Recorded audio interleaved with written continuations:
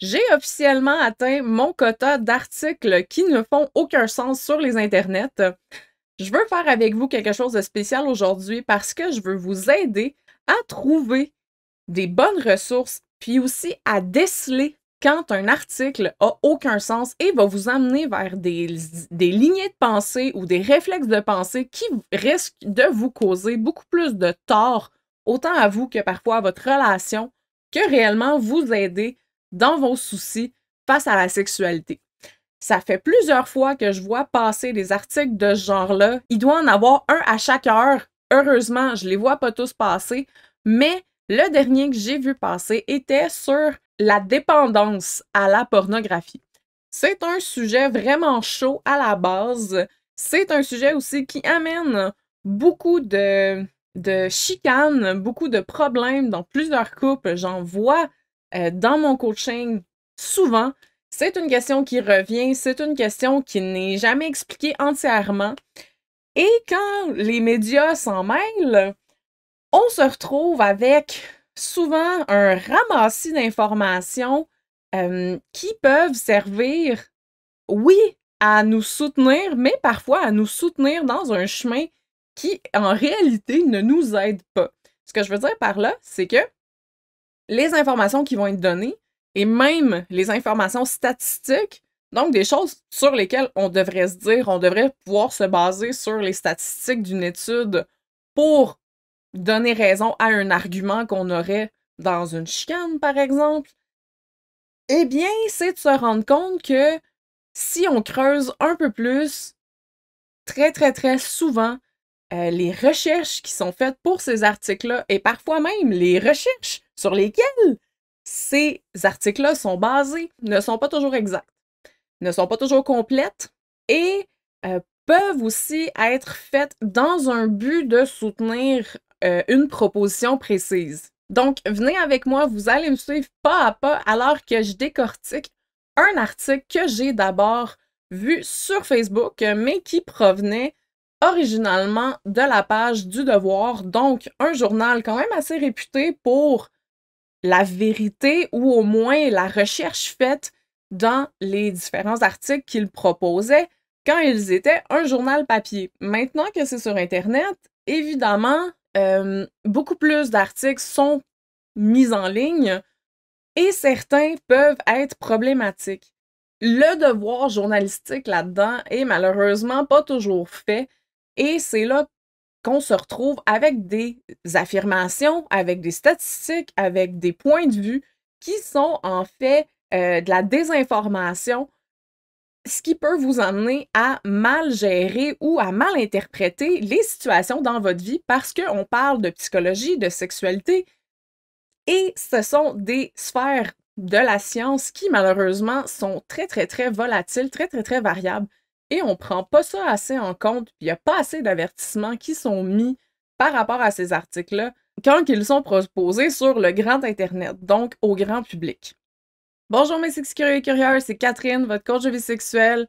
Puis j'espère aujourd'hui pouvoir vous apporter un surplus d'informations, une aide à développer votre esprit critique quand vous trouvez des informations en ligne sur les différents aspects de la sexualité qui peuvent avoir un grand impact sur vos relations puis sur comment vous percevez la sexualité aussi. Allons-y sans plus tarder, commençons notre analyse. Petit disclaimer avant qu'on commence, ce qu'on fait aujourd'hui, c'est une analyse qui n'est pas académique, qui n'est pas scientifique, ce serait pratiquement impossible. C'est plutôt en fait une analyse basée sur les cours de philosophie, donc les informations en philosophie que j'ai eues quand j'étais au secondaire. Donc quand j'ai vu cet article-là, tout de suite, j'ai repensé à plusieurs concepts que j'ai explorés dans mes cours de philosophie au secondaire et aussi au cégep. Donc, ça m'a ramené un peu là, mais c'est des aspects qui peuvent être appliqués à tous les contenus et dans la vie de tous les jours. Je vais vous parler de certains concepts comme les paralogismes, les sophismes. Je vais vous l'expliquer un petit peu au fur et à mesure qu'on va avancer à travers ça. Mais le but aujourd'hui, c'est pas de discréditer nécessairement les personnes qui ont écrit ces articles-là. C'est plutôt de vous donner les outils pour vous permettre de faire des meilleurs choix sur les informations que vous pouvez considérer comme vraies et vérifiées et les informations pour lesquelles peut-être que vous devez vous poser un petit peu plus de questions. Donc, l'article en question, l'article que j'ai trouvé, qui n'est qu'un exemple parmi des dizaines et des dizaines d'articles que je vois passer depuis les toutes premières années que je travaille sur mon projet, c'est un article, cette fois-ci, dans Le Droit, qui est un journal quand même assez réputé et connu. Et cet article-là date du 7 décembre 2019. Il a été écrit par Rachel Ann Barr, qui est étudiante au doctorat en neurosciences à l'Université Laval, à ce moment-là, j'imagine. Et le titre, c'est tout simplement « La porno modifierait le cerveau ». Étrangement, ce n'est pas l'article sur lequel on va passer le plus de temps. Pourquoi? Parce que le premier problème des articles de ce genre-là, c'est que en réalité, si on lit l'article au complet, ce qu'on va faire au courant de cette vidéo-ci, c'est que cet article-là n'a pas été écrit pour le droit. Donc, à la base, cet article-là, il est écrit quand même en, je vais dire, en tout petit, façon de parler. C'est écrit au bas de la page que ce texte est d'abord paru sur le site franco-canadien de Conversation et a été reproduit avec permission. Si on clique sur le site de Conversation, le lien ici, on est amené sur le site original. Je vous montre tout de suite le premier problème avec l'article du droit, et ensuite on va plonger dans l'article plus précisément. Je ne sais pas si vous voyez le nombre de liens qui va ponctuer cet article-là, donc l'article original. Donc, ces hyperlinks-là mènent à autre chose, mènent à d'autres sites, mènent à des références. Donc, à la base, dans le site du droit, on n'a aucune de ces références-là. En n'ayant aucune de ces références-là, on ne peut pas aller voir plus loin. On ne peut pas aller contre-vérifier certaines des phrases qui sont dites, certaines des informations qui sont apportées dans l'article. Ça, c'est déjà à la base un gros problème parce que la citation des sources est un peu vitale.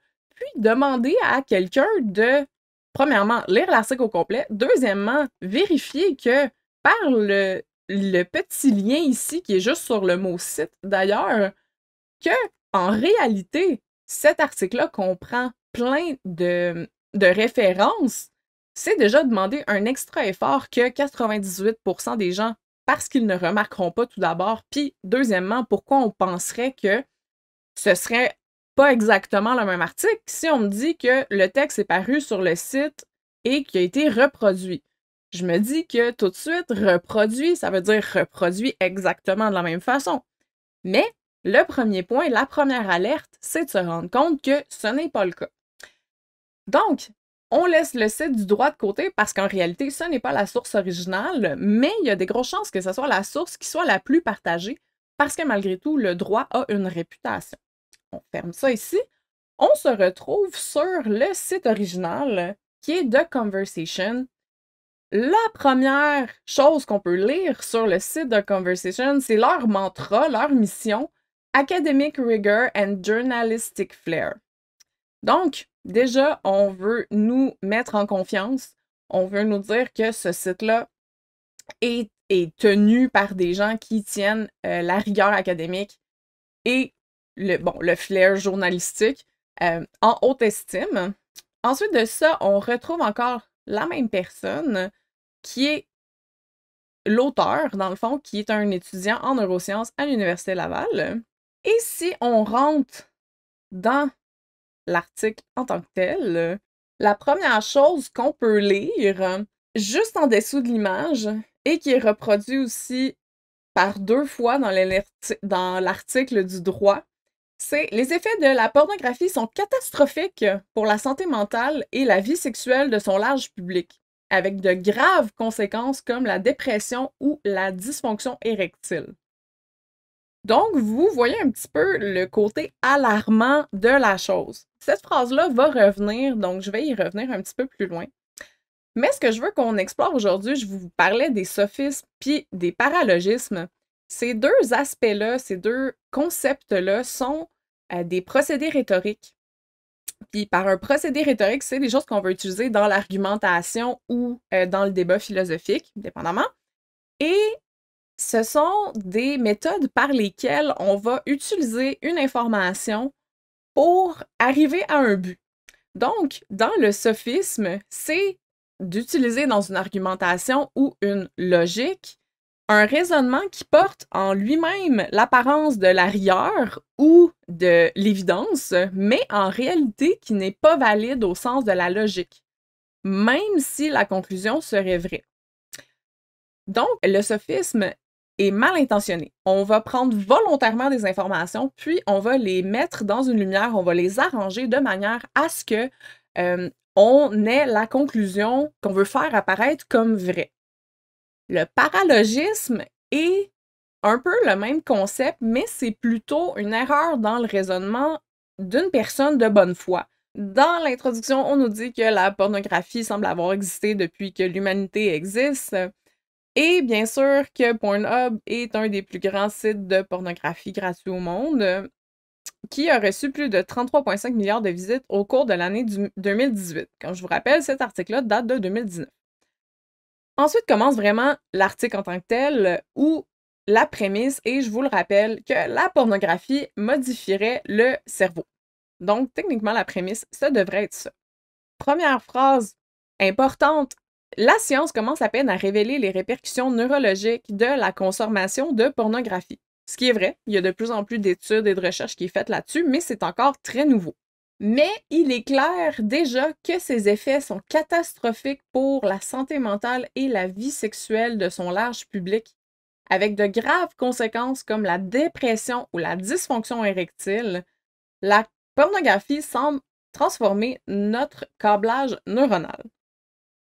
Déjà en partant, on fait un sophisme qui s'appelle l'appel à la terreur.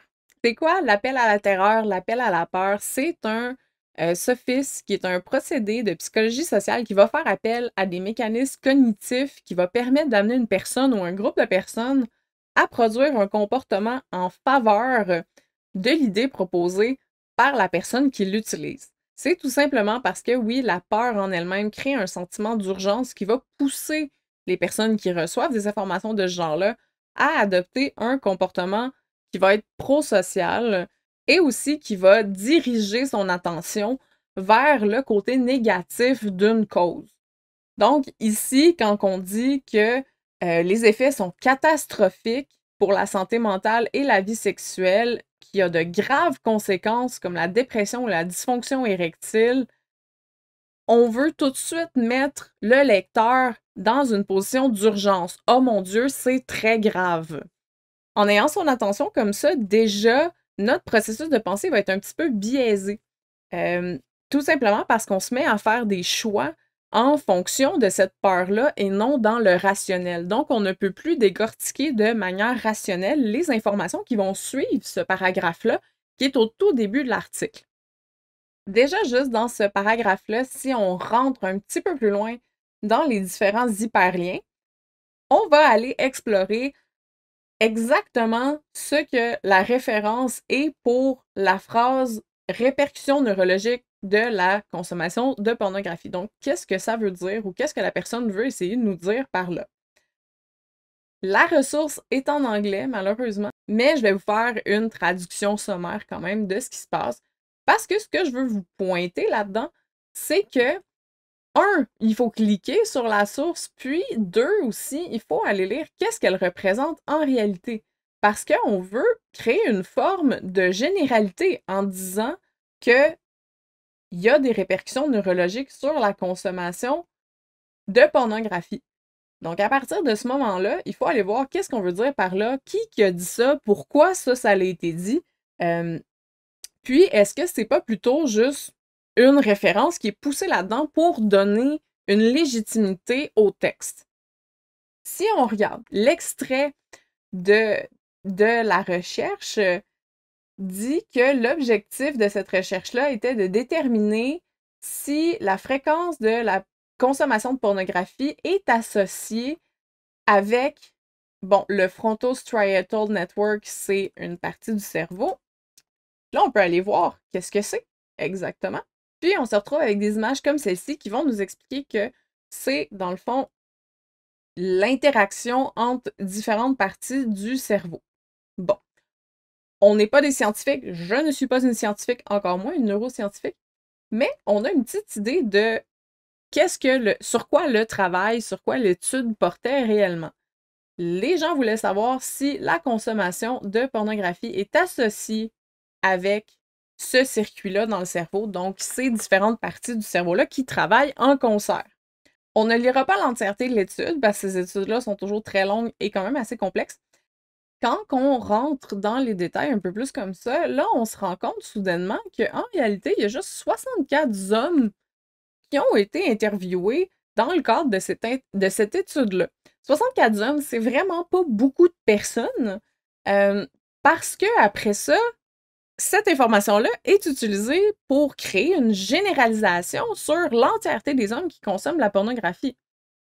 Si on va un petit peu plus loin, là, on va trouver plus précisément que ces 64 hommes-là ont été recrutés sans qu'il soit mentionné que ce soit une étude sur la pornographie, la consommation de pornographie, ce qui est bien parce qu'on fait une prémisse qui n'est pas biaisée à la base ou le moins possible. Ensuite de ça, par contre, on se retrouve à apprendre que l'échantillon des hommes a été choisi, donc des hommes seulement, parce qu'il a été assumé que les hommes sont exposés à la pornographie à un âge plus jeune, consomment plus de pornographie et sont plus enclins à avoir des problèmes comparés aux femmes. Puis là, on a encore un autre lien. Fait que là, c'est pour vous montrer à quel point on peut aller creux. Puis, si on voudrait faire une étude vraiment là, en 100% profondeur, il faudrait aller voir jusque-là pour voir eux sur qui ils se sont basés, sur quoi ils se sont basés pour dire ça. Parce que c'est quand même assez généraliste, puis il peut y avoir un paquet d'autres facteurs qui peuvent rentrer en ligne de compte pour avoir des statistiques qui semblent vouloir dire ça. Est-ce que c'est plus facile pour un homme de parler de sa consommation de pornographie? Est-ce que c'est tout simplement parce que il y a dans la société allemande une propension plus grande de personnes qui est intéressée à faire des études parce que comme l'étude a été réalisée en Allemagne, on peut assumer jusqu'à un certain point parce que c'est pas mentionné que c'était seulement des hommes allemands. Donc, est-ce que les hommes allemands sont représentatifs des hommes français, des hommes américains, des hommes canadiens? Est-ce que les hommes canadiens sont représentatifs des hommes québécois? Encore là, on assume énormément de choses. Donc, on ne peut pas juste prendre une information telle que celle-ci, puis l'extrapoler au niveau mondial d'une certaine mesure.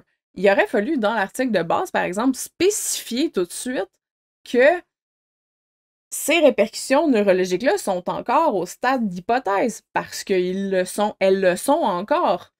Et aussi que l'échantillon est très restreint. Donc, mentionner au monsieur, madame, tout le monde qui va lire ça, que c'est pas nécessairement ce que ça a de l'air. Donc, on ne peut pas prendre directement l'information telle qu'elle parce qu'elle n'est pas complète en réalité.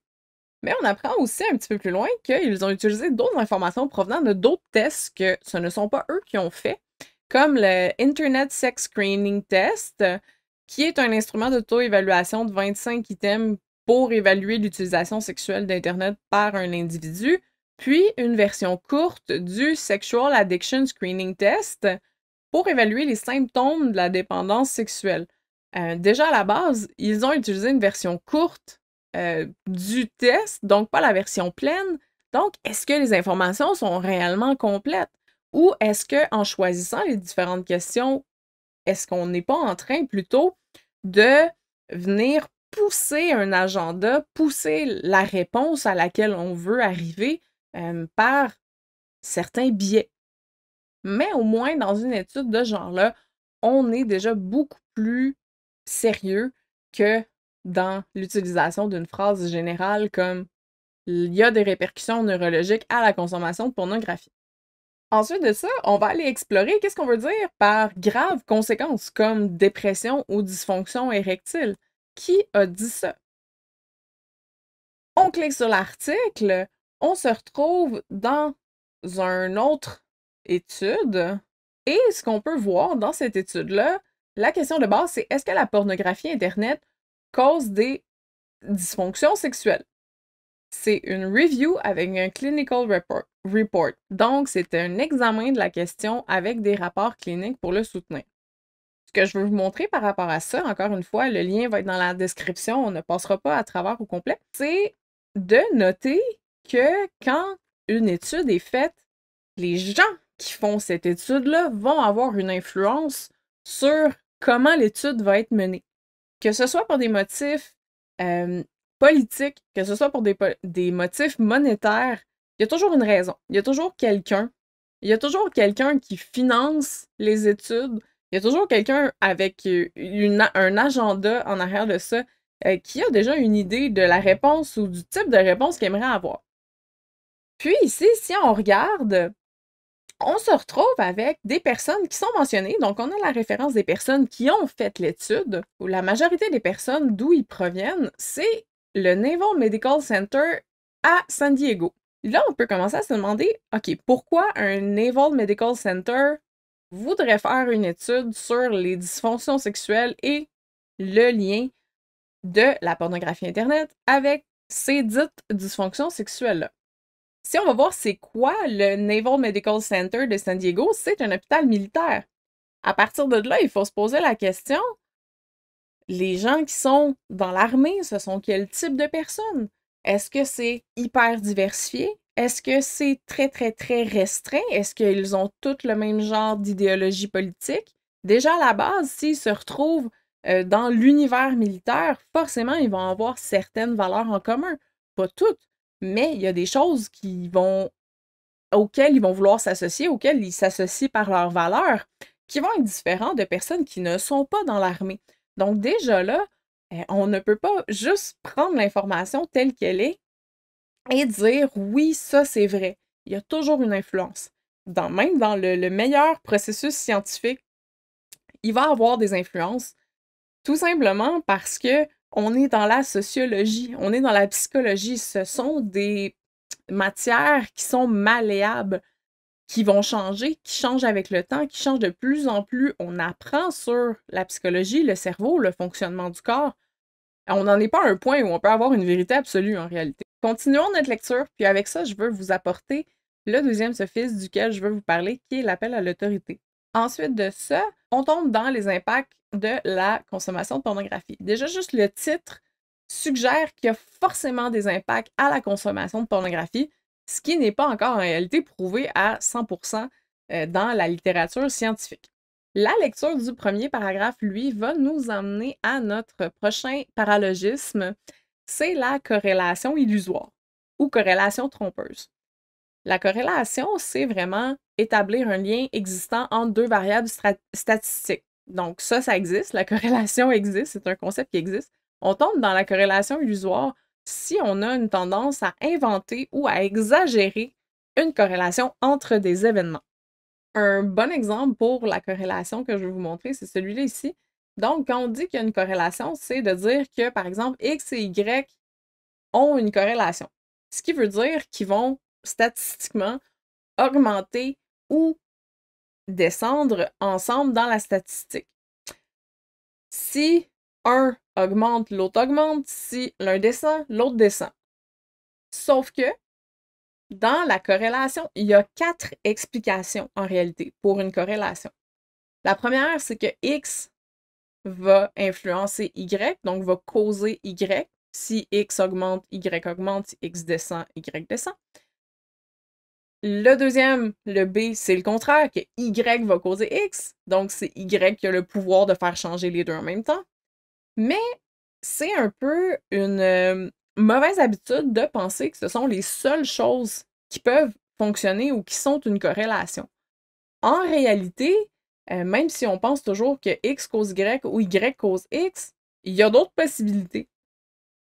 Il y a aussi l'explication qu'il y a une troisième variable qui serait Z qui affecte les deux, donc X et Y. Donc X et Y sont ensemble, mais en réalité, c'est Z qui va les faire augmenter ou descendre. Ce ne sont pas X et Y qui vont s'entre-influencer.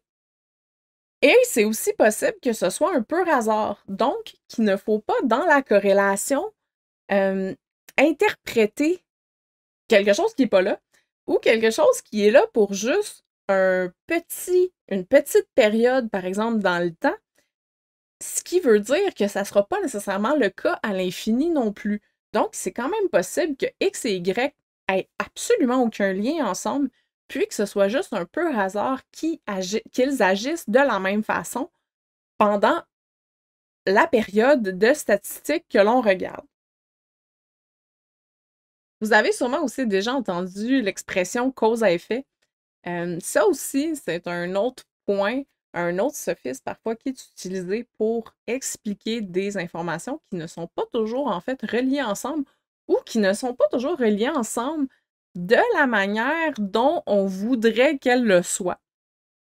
Parce que même s'il y a une cause à effet, parfois, c'est parfois incertain. Donc, c'est un peu impossible de savoir dans quelle direction ça se passe.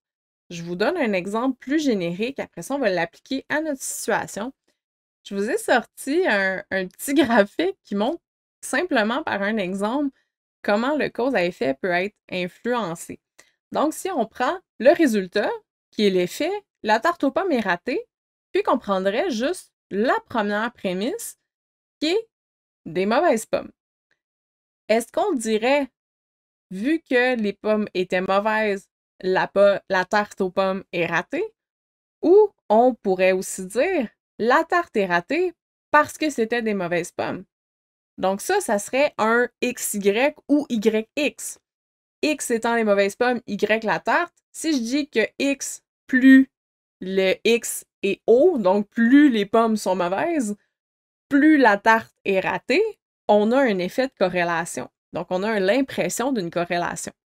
Si je dis ma tarte est ratée, donc mon Y est en premier, donc ma tarte est très, très, très ratée, ben forcément, mes pommes étaient très, très, très mauvaises.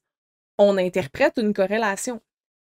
En réalité, il n'y a pas forcément une corrélation entre les deux dans ce XY type-là.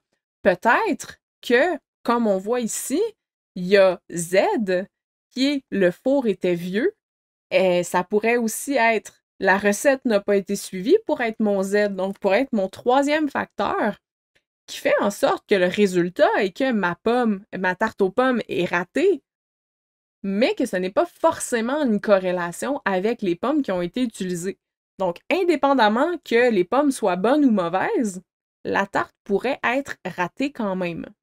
C'est là qu'on doit prendre en compte que les questions de cause à effet sont résolues seulement par des essais qui sont contrôlés et aléatoires, et non par des études observationnelles où on ne peut pas vraiment exclure les facteurs supplémentaires qu'on ne mesure pas. Donc, pour ne pas être induit en erreur, quand vous voyez des corrélations sortir dans des articles de ce genre-là, essayez de voir les variables avec un petit peu plus de scepticisme. Donc, soyez sceptique en cherchant les facteurs de confusion. Par habitude aussi, on aime beaucoup les récits cause à effet soignés parce que c'est facile, on le comprend facilement. Mais c'est généralement pas ce que les données réelles vont dire. Puis ça s'applique super bien dans l'article qui nous intéresse aujourd'hui. Je lis le paragraphe, vous me dites si vous pouvez voir la corrélation illusoire dans celui-ci. À long terme, la pornographie semble créer des dysfonctionnements sexuels, en particulier l'incapacité à atteindre l'érection ou l'orgasme avec un partenaire réel. La qualité de la relation conjugale et de l'engagement envers un conjoint semble également compromise. Est-ce que vous avez pu voir où était la corrélation illusoire? C'est dans la première phrase, on fait une corrélation entre la pornographie et les différents dysfonctionnements sexuels, en particulier l'incapacité à atteindre l'érection ou l'orgasme avec un partenaire réel. On prend, par exemple, on remplacerait pomme par pornographie, puis tarte aux pommes par dysfonction sexuelle, on ferait le même chemin logique. Est-ce qu'on cache tout le reste? Donc, on cache tous les autres facteurs possibles, puis on prend juste mauvaise pomme, mauvaise tarte aux pommes, donc pornographie consommée, mauvaise sexualité. Là, je rends ça très, très, très simple. Ou on dit mauvaise sexualité, consommation de pornographie. Est-ce que ça, c'est une possibilité aussi? Ou en réalité, les deux ont carrément pas rapport ensemble, puis on a consommation de pornographie, mauvaise sexualité est encore là, mais mauvaise relation, mauvaise éducation sexuelle, compréhension des rôles dans une relation qui est biaisée. Il y a tellement de facteurs, il y a tellement pas juste un X et un Y dans une situation, c'est très, très, très, très rare. Donc, pensez à ça. Je vous mets dans la description une vidéo qui explique d'autres manières dont on peut faire mentir les statistiques. Il est très, très, très, très, très intéressant. Je vous invite à l'écouter, même s'il est en anglais. C'est simple à écouter quand même, puis c'est très bien expliqué, très bien imagé. Donc, je vous invite à l'écouter, puis à comprendre comment les statistiques que vous pouvez lire parfois dans des articles, puis dans les clickbait, donc les gros titres épiques qui vous promettent que 100% de la population a des problèmes dans sa sexualité. On arrive en réalité à ces statistiques-là qui sont très, très, très sensationnelles, mais qui sont en réalité pas très représentatives de la vérité d'une situation. De là à voir d'où proviennent ces statistiques-là, qu'est-ce qui se passe avec ça? On se retrouve dans un site web. Vous voyez, c'est la première fois que je clique sur celui-là. On va commencer par aller voir s'il y a réellement des statistiques. Celui-là, je crois, va nous ramener à notre article de tantôt. Ouais, c'est exactement le même. Donc ici, on a les mêmes personnes. Ici et ici. Donc, on parle de la même étude, juste mis dans un autre site web, une autre librairie de médecine, ce qui est tout à fait normal quand on soumet un papier scientifique. On le soumet à plusieurs types de journaux, plusieurs types de librairies. Donc, c'est le même. Ce qui nous amène à aussi l'idée que quand une source est utilisée à travers différentes pages de recherche, donc si on cite Your Brain on Porn avec les informations que les autres ont trouvées, ont sorties, mais que Your Brain on Porn, le site web, vient utiliser exactement la même recherche que celle qu'on a vue tantôt, en réalité, on est encore dans la même référence, vous êtes d'accord? On ne peut pas subdiviser ou réutiliser la même étude avec un nom différent, donc à travers un autre site web qu'on mentionne à sa place, pour aller soutenir la même information. Là, je dis pas que c'est exactement la même information qu'il voulait représenter avec, avec ce site web-là, donc les informations qu'ils ont pris à travers ce site web-là, mais ça va être important de penser à ça quand vous lisez des trucs de ce genre-là. Deuxième chose, quand je lis quelque chose comme Your Brain on Porn et que dans la barre du haut, je lis Quitting Porn, Sexual Problems, j'ai des doutes. J'ai des doutes sur quel est ce site web-là en réalité. Qu'est-ce qu'il représente? C'est quoi leur mission? Fait qu'allons voir ça. Si on va dans Overview, qu'on dit About Us, habituellement, c'est là qu'on va trouver la mission. Vous pouvez voir ici, dans la section About Us, qui est à propos de nous, rapidement traduit. Your Brain on Porn concerne exactement ce qui se dit dans le nom, votre cerveau et le porno. Le site web est maintenu par un effort de groupe qui comprend des hommes qui se sont remis de problèmes liés à la pornographie sur Internet. Il a été fondé par Gary Wilson, professeur à la retraite d'anatomie, de physiologie et de pathologie. Donc, déjà là, je vous parlais tantôt du biais par lequel on peut avoir des informations qui sont somewhat vraies, donc l'information n'est pas fausse en elle-même, mais elle est apportée, puis elle a été aussi amassée par des gens qui ont une vision bien précise.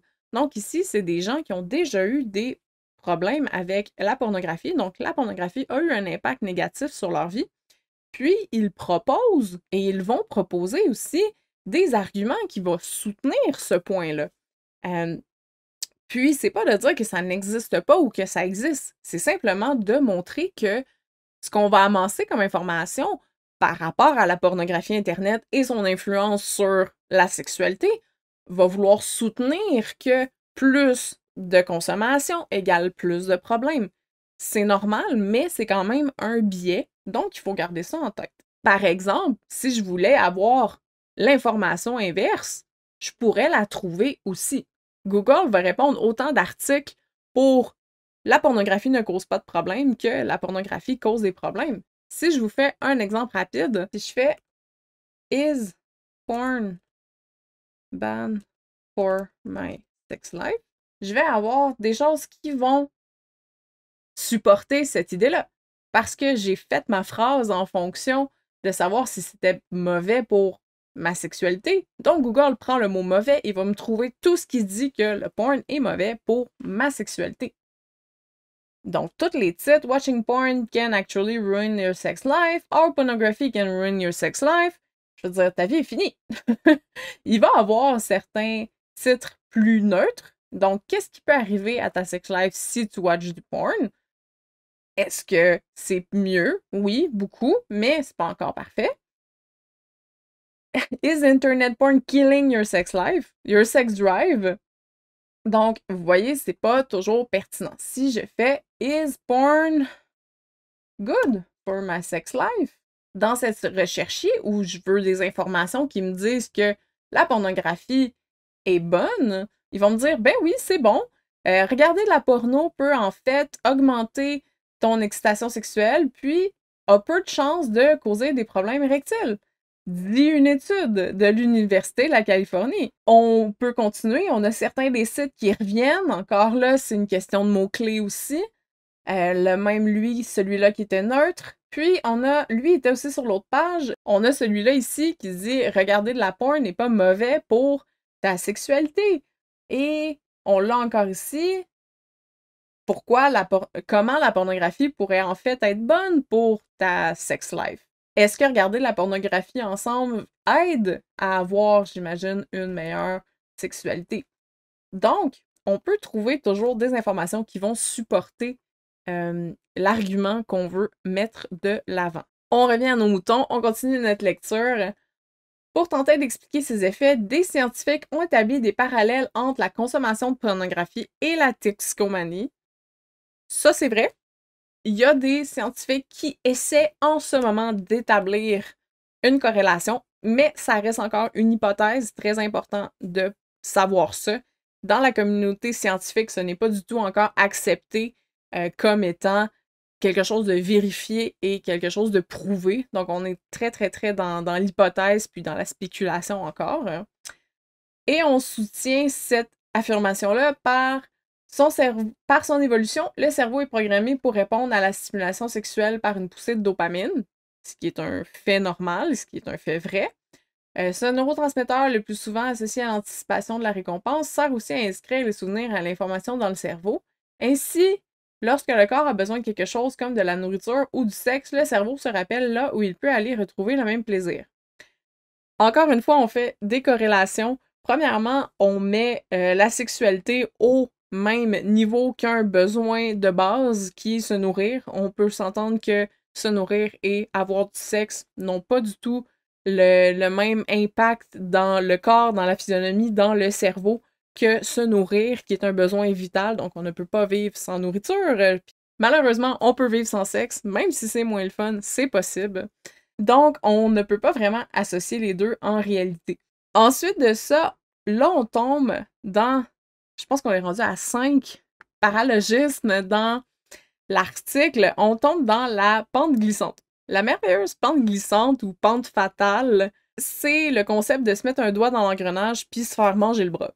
C'est un argument de direction qui va exagérer les conséquences d'une thèse en imaginant une chaîne de conséquences aboutissant à une conclusion catastrophique et en insinuant qu'il n'y a pas de moyen de s'arrêter en chemin.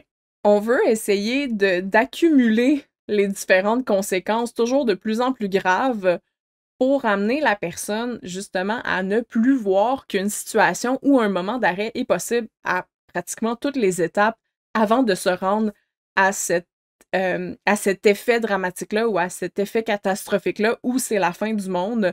Puis on est au maximum le plus lourd puis le plus extrême qu'on peut avoir pour la situation donnée. Vous allez voir comment ça va revenir. Je vais vous le pointer au fur et à mesure que ça va s'aggraver. Je vais vous redire, c'est la pente glissante encore. On continue notre lecture, on va aller voir quand est-ce que ça se repointe. Le paragraphe continue. De plus, des explosions anormalement fortes de récompense et de plaisir provoquent une accoutumance exceptionnellement forte au cerveau.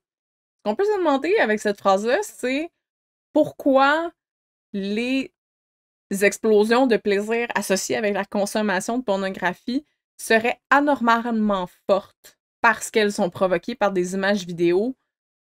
On peut même arriver à se dire, dans un contexte ou dans une théorie où tu te masturbes devant ton partenaire qui danse en avant de toi ou qui se masturbe en avant de toi, est-ce que ça compte? Est-ce qu'on peut devenir accro à ça? Donc, pourquoi le fait que ça soit de la pornographie en ligne sur Internet, regardée à travers un écran, qu'est-ce que ça change dans le chemin que ça prend dans notre cerveau? Pourquoi est-ce que ce serait plus grave que, par exemple, de faire la même chose, mais en arrière d'une vitre? Là, on extrapole beaucoup sur le concept, mais c'est de dire pourquoi ça c'est pire? Pourquoi A est pire que B? Si B ne pose pas de problème, peut-être que A ne pose pas autant de problèmes qu'on pourrait penser, ou ce serait important de savoir qu'est-ce que B a comme conséquence.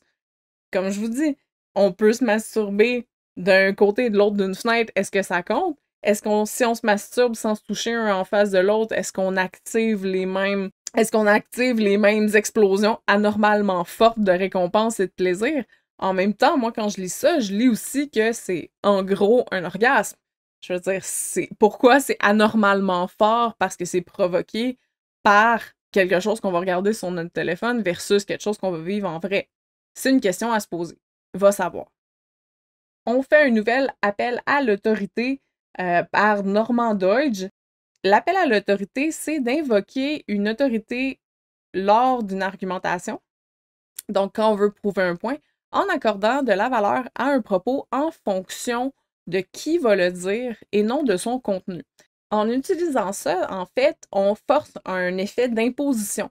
On veut que l'argument d'autorité, l'appel à l'autorité, soit propre à décourager, dans le fond, la pose de questions ou à décourager la critique, en fait. Qui est psychiatre, il explique la pornographie satisfait à toutes les conditions préalables au changement neuroplastique. Lorsque les pornographes se vantent de repousser les limites en introduisant de nouveaux thèmes plus extrêmes, ils ne disent pas qu'ils doivent le faire parce que leurs clients développent une tolérance au contenu. Ce que je veux vous dire par rapport à ça, c'est que tout d'abord, c'est un appel à l'autorité. Deuxièmement, c'est que cet appel à l'autorité-là peut être problématique si on regarde en réalité qui est Norman Doidge. On dit premièrement, il est psychiatre, ce qui est vrai, c'est une personne qui est un psychiatre en effet. Mais si on va voir qui est Norman Doidge, on se rend compte que en réalité, c'est un auteur qui est un psychiatre psychoanalyste en neuroplastie. Donc, il n'est pas spécialisé dans la sexualité. Son travail, ses recherches, oui, portent sur le cerveau et ses hypothèses en neuroplasticité, mais c'est sûr que si tu l'appelles, puis que tu lui poses des questions sur la pornographie, il ne parlera pas de la pornographie à travers son expérience dans la sexualité, parce qu'il n'en a pas de manière académique, je veux dire. Mais il va t'en parler à travers la lentille de son expertise, qui est la neuroplasticité, pas la sexualité. Ça peut apporter vraiment un biais important dans la vision de la question ou la vision de la situation. Puis ça, c'est normal, c'est pas une mauvaise chose. Mais dans l'appel à l'autorité, ça veut dire que il faut mentionner le fait que cette personne-là n'est pas un spécialiste de la sexualité et qu'on lui pose des questions sur la sexualité. Donc, en réalité, il n'est pas si expert que ça dans la question qui nous intéresse. Il vient seulement supporter le point pour lequel on essaye de nous pousser un argument qui est que, oui, la pornographie vient changer le cerveau, qui était, je vous le rappelle, au tout début, la prémisse de notre article. La pornographie modifierait le cerveau. Découvrez comment. Donc, on veut vous convaincre que c'est le cas. On continue. Les scènes pornographiques, comme les substances qui créent une dépendance, sont des déclencheurs hyperstimulants qui entraînent des niveaux anormalement élevés de sécrétion de dopamine. Cela peut endommager le système de récompense de la dopamine et le rendre insensible aux sources naturelles de plaisir. J'arrête tout de suite parce qu'on a trouvé un autre sophisme. Le sophisme naturaliste, c'est en fait un sophisme qui mêle un jugement de fait et un jugement de valeur. On veut prétendre qu'une chose est forcément bonne parce qu'elle est naturelle ou habituelle. Donc, si on est rendu insensible aux sources naturelles de plaisir, forcément, les sources naturelles de plaisir sont meilleures que les sources non naturelles de plaisir. Je veux pas essayer de faire un point là-dessus pour essayer de débattre de quelles sont les sources naturelles, quelles sont les sources pas naturelles de plaisir, parce qu'encore là, on pourrait y passer des heures. Mais c'est de voir que on fait un jugement de valeur et non un jugement de fait, parce qu'en réalité, qu'est-ce qu'on veut dire par source naturelle? Qu'est-ce qu'on considère comme une source naturelle? Puis, qu'est-ce qu'on considère comme une source qui n'est pas naturelle? Est-ce que forcément une source qu'on dit naturelle, est-ce qu'on veut dire une relation avec un partenaire? Ou est-ce qu'une source naturelle, c'est tout simplement une masturbation sans stimuli externe, donc seulement par l'imagination? Faut être plus précis. Dans la dernière phrase, on retombe dans la corrélation, malheureusement. On vient mettre en relation encore un XY ou un YX. C'est pourquoi les consommateurs sont de moins en moins excités par un partenaire réel. Donc forcément, si tu consommes de la pornographie, tu es forcément moins attiré ou moins excité par un partenaire réel. Ce qui n'est pas toujours vrai, ce qui n'est pas toujours pertinent. Il y a d'autres facteurs qui influencent ça. Ça ne prend pas en considération toutes les autres variables qui vont influencer le désir sexuel, comme la stabilité, la sécurité, le passé, l'attirance physique, la satisfaction dans la relation, le stress, toutes ces variables-là qui peuvent être la cause d'une baisse d'attirance envers un ou une partenaire à un certain point d'une relation, sans nécessairement que la pornographie ait quoi que ce soit à voir avec ça. Je vous repointe la pente glissante et je vous rappelle, on a commencé avec les gens qui ont l'habitude de consommer de la pornographie cherchent instinctivement leur téléphone ou leur ordinateur quand le désir se pointe. On est maintenant rendu à la désensibilisation de nos circuits de récompense prépare le terrain pour des dysfonctions sexuelles. Donc, on associe le fait que parce qu'on a commencé à consommer de la pornographie, on est rendu désensibilisé dans nos circuits de récompense. Donc, on est en train de préparer le terrain pour des dysfonctionnements sexuels. Ensuite de ça, je dis, mais attention, les répercussions ne s'arrêtent pas là. Il y a des études qui vont rajouter que les changements dans la transmission de dopamine peuvent entraîner la dépression et l'anxiété. Si je m'arrête et que je clique sur mon hyperlien qui dit que des études montrent que des changements dans la transmission de la dopamine peuvent entraîner la dépression et l'anxiété, on va aller voir c'est dans quel contexte. On se rend compte tout d'abord que c'est une étude expérimentale, donc c'est une expérience qui a été faite. Puis quand on lit l'extrait, ça dit le stress psycho-émotionnel chronique des défaites sociales produit le développement d'une dépression anxieuse expérimentale chez la souris mâle, similaire à ce trouble chez l'homme. Donc, cette étude-là a été faite sur des souris mâles, donc on peut possiblement associer le même chemin pour l'homme, mais en réalité, cette étude-là ne prouve pas que chez les humains, forcément, le stress psycho-émotionnel va produire une dépression anxieuse comme ça le fait chez la souris mâle. On parle de souris versus des humains. Ensuite, il y a l'explication de comment ça a été fait. Tu ne peux pas prendre un article de ce genre-là et dire par proxy que ça soutient le fait que chez l'être humain, une baisse de dopamine et de sérotonine va engager une dépression. C'est pas aussi valide, c'est pas aussi solide que si la référence aurait été faite à des études qui ont été en fait réalisées sur des humains. Surtout si on s'en sert pour soutenir une phrase du genre en accord avec cette observation, les consommateurs de pornographie signalent des symptômes dépressifs plus forts, une moins bonne qualité de vie et une moins bonne santé mentale que ceux qui n'en consomment pas. Ensuite de ça, on dit dans la phrase « révèle une étude du Journal of Sexual Medicine ». Mais si je le lis dans l'ordre, j'ai vraiment plus tendance à associer que les études qui démontrent des changements dans la transmission de la dopamine peuvent entraîner la dépression. En accord avec cette observation, des études qui démontrent les changements de la transmission de la dopamine qui entraînent la dépression et l'anxiété, les consommateurs de pornographie sont plus dépressifs, ont une moins bonne qualité de vie, une moins bonne santé mentale que ceux qui en consomment pas. C'est pas la bonne manière de formuler les phrases pour être clair concernant où on a pris l'information puis ce qu'elle représente. Parce qu'en réalité, cette information-là va venir du Journal of Sexual Medicine.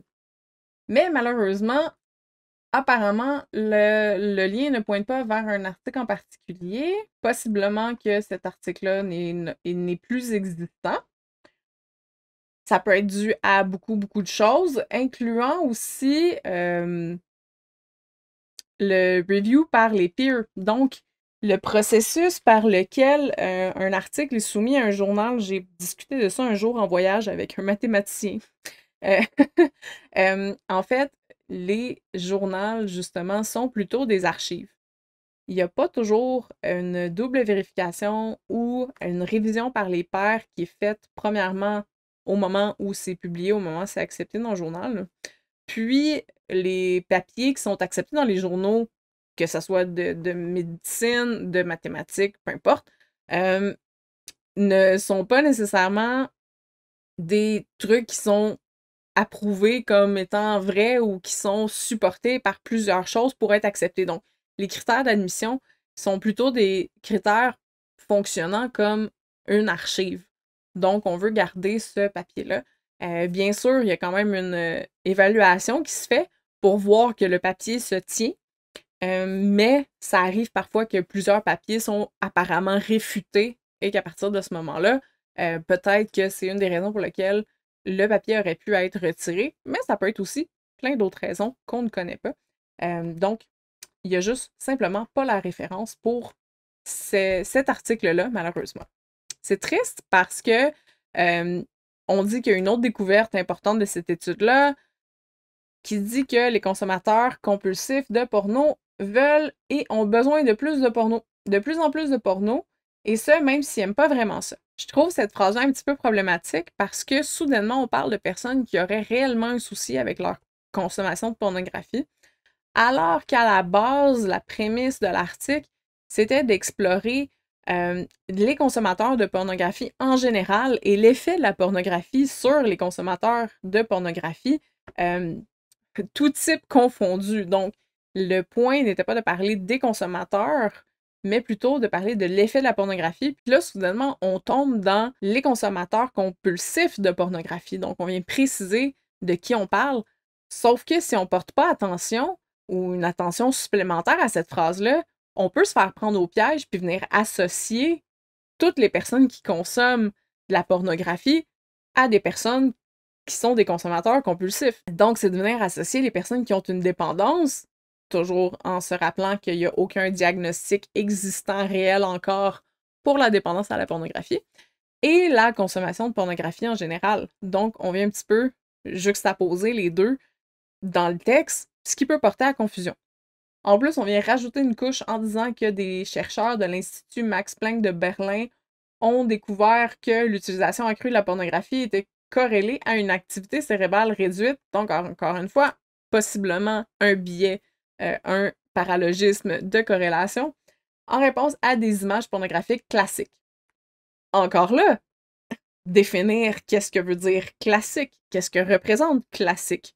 Est-ce que c'est juste un pénis dans un vagin? Est-ce que ça peut être deux pénis qui se frottent ensemble? Est-ce que ça peut être un pénis dans un anus? Est-ce que ça représente l'entièreté ou du moins une bonne partie des pratiques sexuelles possibles? Donc, on revient à la question un peu de définir normal. Ce qui nous amène à nous dire si on définit normal comme étant un set de variables qui est très restreint, mais là, forcément, on peut très facilement expliquer puis justifier que tout ce qui sort en dehors de ce très tout petit carré-là est excessif ou est une dépendance ou est un problème. On termine notre merveilleuse pente glissante qui nous a suivis à travers ce merveilleux article On dit que les données de Pornhub révèlent que les rapports sexuels classiques sont de moins en moins intéressants pour les utilisateurs qui se tournent vers des thèmes comme l'inceste et la violence. La perpétuation de la violence sexuelle en ligne est particulièrement troublante car les taux d'incidents réels peuvent augmenter en conséquence.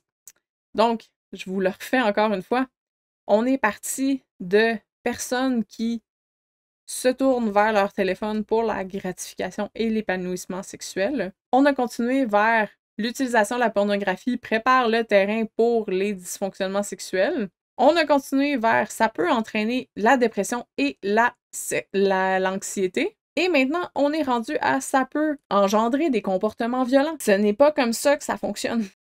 Ce n'est pas toujours une cause à effet. On ne descend pas tranquillement de plus en plus vers plus d'intensité, plus de hardcore parce qu'on consomme la pornographie.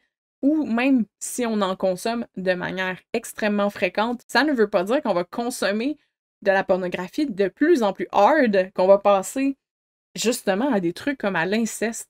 Je veux dire, on n'est vraiment pas rendu là. Puis en fait, on fait encore une corrélation illusoire parce que on ne peut pas savoir en réalité si les gens qui sont sur Pornhub, est-ce que forcément ce sont juste des gens qui sont plus intéressés par des vidéos plus hard ou qui sont plus intéressés par des thèmes comme l'inceste ou des vidéos plus violents?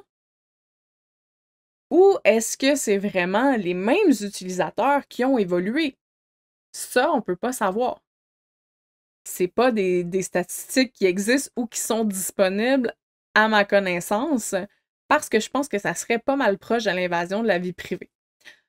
En même temps, est-ce que ce serait pas plutôt les gens qui sont intéressés par les thèmes de l'inceste et de la violence qui se retrouvent sur Pornhub?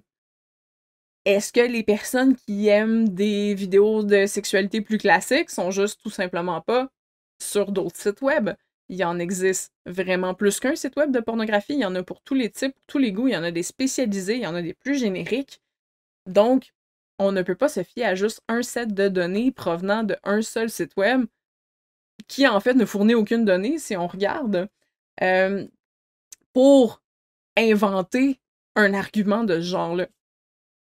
On va terminer par le dernier paragraphe. J'en ai sauté quelques-uns, mais je vais vous laisser faire votre propre analyse de ceux-là avec tous les outils que je viens de vous donner. Je suis sûre que vous allez trouver les problèmes dans ceux-ci. Le développement moral et le dernier paragraphe, ça dit « La consommation de porno a été corrélée encore à l'érosion du cortex préfrontal, la région du cerveau qui abrite les fonctions exécutives de la moralité, de la volonté et du contrôle des impulsions. Pour mieux comprendre le rôle de ces structures dans le comportement, il est important de savoir qu'elles restent sous-développées durant l'enfance. C'est pourquoi les enfants luttent pour réguler leurs émotions et leurs impulsions. Les lésions du cortex préfrontal à l'âge adulte sont appelées hypofrontalité et prédisposent les individus à agir de façon compulsive et à prendre de mauvaises décisions. Il est quelque peu paradoxal que le divertissement pour adultes puisse ramener notre cerveau à un état juvénile.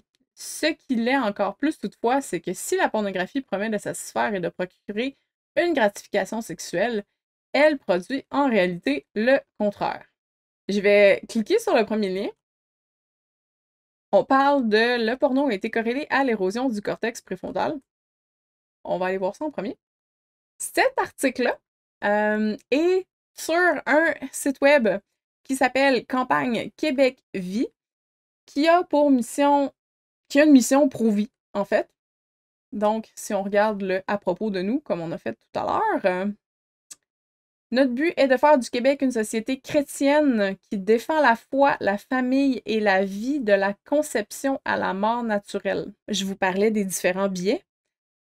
On est sur un site qui va avoir des valeurs religieuses chrétiennes, donc judéo-chrétiennes, au Québec, qui sont pro-vie. Donc, à la base, les individus qui vont se retrouver autour de ces valeurs-là vont très possiblement, très fortement en général, avoir les mêmes valeurs, les mêmes mentalités, les mêmes visions envers certaines questions. Ici, étant que la pornographie rend littéralement les cerveaux des hommes plus enfantins. Ce ne sont pas eux qui ont écrit cet article-là. On a la référence ici. par Matt Fradd de LifeSite News. On clique pour savoir, mais qui est le fameux Matt Fradd? Je vous ferai pas la traduction de l'article parce qu'on l'a en français dans l'autre site, mais je voulais juste vous amener à qui est Matt Fradd. Matt Fradd travaille pour le Covenant Eyes et est l'auteur du livre Delivered: True Stories of Men and Women Who Turn from Porn to Purity. Orateur populaire et apologiste catholique, encore une fois, il s'est adressé à des dizaines de milliers de personnes à travers le monde, j'imagine, sur ce sujet-là. Il est également le fondateur de ce site web de porneffect.com qui se consacre à aider les hommes et les femmes à se libérer du vice de la pornographie. Donc, on va parler ici de la pornographie à travers les yeux de personnes qui sont profondément religieuses et pratiquantes religieuses. Pas de personnes qui sont forcément athéistes et encore moins des personnes faisant partie de la communauté scientifique. Donc, on va utiliser des informations dans le premier article, le tout premier article qui a lâché cette débâcle-là, qui a ouvert les vannes de ma frustration envers les informations mensongères trouvées sur Internet et qui nous l'amène comme étant quelque chose de scientifique parce qu'on va l'associer à des mots comme érosion du cortex préfrontal, hypofrontalité, donc tous des mots qui sonnent très scientifiques et qui sont rapportés aussi là, dans l'article en question, le deuxième article en question, écrit originairement par Matt Fradd. Conclusion rapide à cette vidéo qui est quand même assez longue. J'espère aujourd'hui vous avoir apporté des outils différents. Je vais vous en lister aussi une tonne si vous avez envie d'explorer un peu plus le paralogisme, les sophistes, comment les reconnaître dans ce que vous lisez sur Internet. Mais en gros, ce que je voulais vous dire, c'est premièrement que malheureusement, oui, la responsabilité pour le moment retombe encore sur nous, les lecteurs, de faire cette réflexion mentale-là quand on lit des textes sur Internet, que ce texte-là ait l'air scientifique, que ce texte-là ait l'air rempli, une bibliographie complète. C'est important d'aller voir le pourquoi du comment, puis aussi qui sont les gens derrière ces informations-là, puis comment ils peuvent bénéficier de vous apporter ces informations-là. Si on revient juste à ce qu'on vient de voir, la prémisse judéo-chrétienne de ne pas consommer de pornographie parce que c'est contre les valeurs de la religion, c'est contre les valeurs de Dieu, il y a un agenda, il y a une raison pour laquelle on va vous dire que la pornographie est mal. Donc, si vous êtes à vous poser des questions sur votre consommation de pornographie puis que vous voyez des informations comme ça ou qu'un proche, un partenaire, une partenaire, leur consommation de pornographie ne vous satisfait pas, faites attention à ne pas utiliser des articles de ce genre-là pour vous donner raison. Ça prend, oui, une force mentale supplémentaire, le temps de se poser. Je le sais que c'est des moments qui sont souvent très émotionnels parce que ça fait des déclencheurs à plein de choses, donc des choses en nous, des choses chez notre partenaire, des choses dans notre relation. Il y a beaucoup, beaucoup de facteurs différents. Si vous avez besoin, je reste disponible pour vous aider avec ça, pour vous aider à traverser ces moments-là. Si vous avez l'impression que vous n'êtes pas aligné sur votre compréhension, la consommation de la pornographie dans votre relation, c'est quelque chose avec lequel je peux vous aider ou vous référer selon votre situation aux bonnes personnes pour vous aider à faire le clair et à vous retrouver là-dedans, puis enfin à vous accorder aussi. Sinon, je vous invite toujours à prendre les informations que vous voyez avec un grain de sel, particulièrement tout ce qui a rapport à la psychologie, à la sexologie, à la psychiatrie, tout ce qui a rapport à l'humain, donc tout ce qui n'est pas physique, mathématique, naturel, ordre naturel, là, genre les plantes poussent parce qu'ils convertissent du CO2 et de la lumière pour faire la nourriture. Ce genre de choses-là, ce genre d'informations-là beaucoup plus vérifiées. On ne connaît pas tout sur l'humain. On n'a pas toutes les informations encore sur le fonctionnement du cerveau, sur l'impact de toutes les différentes hormones, les neurotransmetteurs, tout l'impact aussi culturel et social de ce qu'on vit, ce qui fait qui on est, chacun de nous. Donc, prenez soin de vous, puis ne vous fiez pas à tout ce que vous lisez sur Internet. Si vous avez des doutes, creusez un peu avant d'apporter ça dans votre relation, avant d'ouvrir des discussions là-dessus, tout simplement pour avoir vraiment le plus possible la vraie information. pour vous éviter plus de conflits que vous en avez réellement besoin. Sur ce, je vous souhaite une belle journée, mes sexy curieux et curieuses, puis je vous dis à bientôt.